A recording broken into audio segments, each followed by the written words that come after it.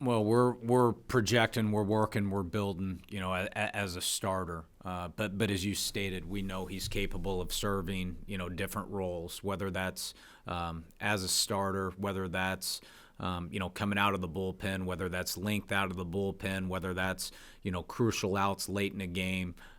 We think he's got the arsenal, but the most important thing is he's young and he's got the ability to start, and so that's where we're putting the majority of our attention. If that shifts later on, we feel like we can adjust and do other roles, but right now we want him built up, lengthen out, and working to be a starting pitcher. Good. Kevin Acey, SDUT. Jayce, Anderson Espinoza throw a bullpen yesterday? Yeah, he did, and it was really good. I'd seen him throw last week, before camp had started up, and I thought his one yesterday was even better than what I saw the week before. So. His fastball is really good. It's playing well. The ball's coming out well. It's good velocity. And yesterday, he did a good job of landing his secondary pitches for strikes. So, we're excited about him and just hopeful, we keep going forward, making steps and keep progressing on the health side. And so if he does that, I mean, kind of what do you project for him?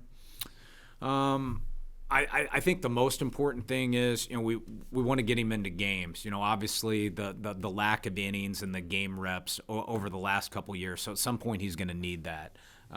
So I think, step by step right now, we want to get him into some of these spring training games and we'll kind of go from there. Go to Dennis Lynn. Jayce, what are your plans this year as far as possibly making use of Jay Cronenworth's pitching ability? Yeah, right now, we haven't even discussed him throwing any bullpens. We were in that situation last year. He was throwing bullpens, and we had plans, obviously, to throw some in these spring training games. That for now has probably been shut down, and so his focus 100% right now has been on being a position player. And how much of what he did last year influenced this current line of thinking? I think it influenced it a lot, by the way he played. I also think with the rule changes a little bit and not being limited to some rules on the pitching side, I think has helped us as well. If it had been 13 pitcher limit this year, is that something you think you guys would have entertained? I don't know. I honestly, I don't know. I think as valuable as Jake is to us as a position player, I think that would have to be a big group discussion. So obviously he played extremely well and we think a lot of him.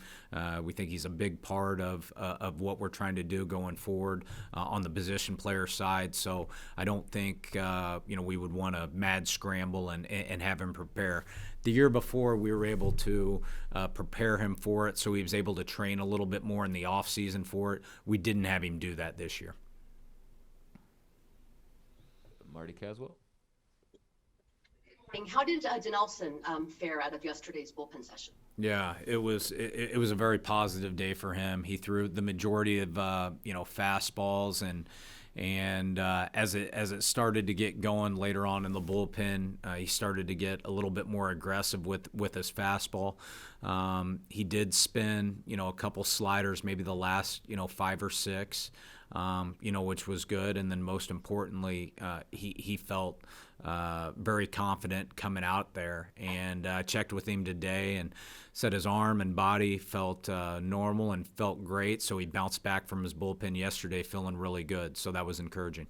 It's still early, but at this point, are you a bit more encouraged than you were, say, a week ago when you had only seen him on video at that point?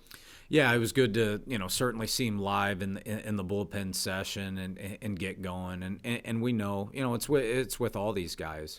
We never get too excited. We try to take it step by step, and the next things, he's probably going to have another bullpen or two, and then we'll transition that to his live BPs and take it out into the game. So we just want to keep taking those steps and going forward positive. But it felt good when he got done with the mound, and just watching him kind of smile and feel good about it. So that was encouraging. And with the melting pot of players that you have on this team, how much Japanese and Korean did you study up on this offseason?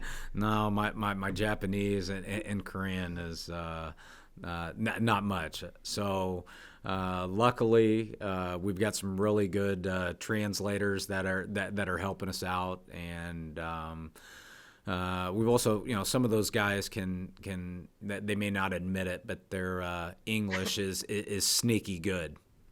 It helps them avoid all the media interviews. That's why. I would say that's you're getting a good read on things. Yeah, appreciate it. Thank you. We'll go to Annie. Hey, Jayce, Dinelson said yesterday that his arm told him when to stop and he wanted to avoid a possible Tommy John. How do you know that this is not a big concern going forward? And how do you guys kind of prevent from him hitting that kind of wall again this season? Or is it just something you have to pace in a different way?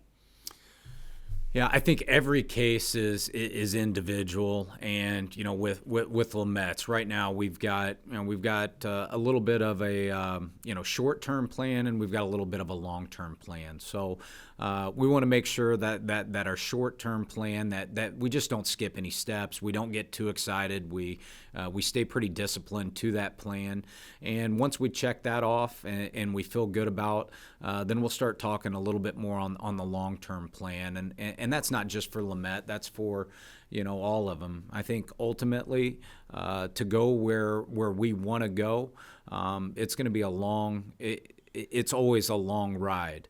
To play deep into the playoffs in the World Series, and now you talk about going from 60 games to 162 plus another month and a half, and so in order for us to do it, there's a reason we built this team the way it's built with depth. And so that may be some guys, may get a little bit of a break. They may miss a day, etc. We may move some guys back a day or skip a turn. And so those are some of the options that we'll have going forward. And then I know your focus is understandably on the team, but just hearing that fans will be able to watch games at the stadium there, is that just kind of nice to know that you're moving in that direction and that you'll have some fans there? It's more than nice, because I think we feel that the one thing we're missing in this entire deal is the fans to be a part of this, and so for the city of San Diego, it's crucial to us, it's critical to us, and we feel like that's the component of maybe where we're feeling a little bit of emptiness, if you will. And so if we get that opportunity, not only the buzz, the excitement, the energy, but I think it's got a chance to really make us complete. Thanks, Jayce. Appreciate it. We'll go to Adam. Hey, good morning, Jayce. What are your impressions of what you've seen so far from Chris Paddock? Yeah, Paddock threw his live BP yesterday, as well did Weathers and Baez and Morejón, and those guys are a couple guys in particular that we've had a pretty good watch on. We've had pretty good evaluations on. We've tracked their off-season plans well, and I'll say in Paddock's case, for him to work on the things that he did this offseason, he took it into his first bullpen, and then yesterday he was able to take those things into live BP, which is exactly what you want to see. The things, the focal points, the areas, what he's been able to show in his offseason bullpens and side sessions, for him to take it in and be able to repeat that into hitters when there's a little bit more the heart's beating, there's a little bit more, adrenaline. For him to be able to do that, I thought that was a very significant step, for him yesterday. And now we gotta hit the repeat button and keep going.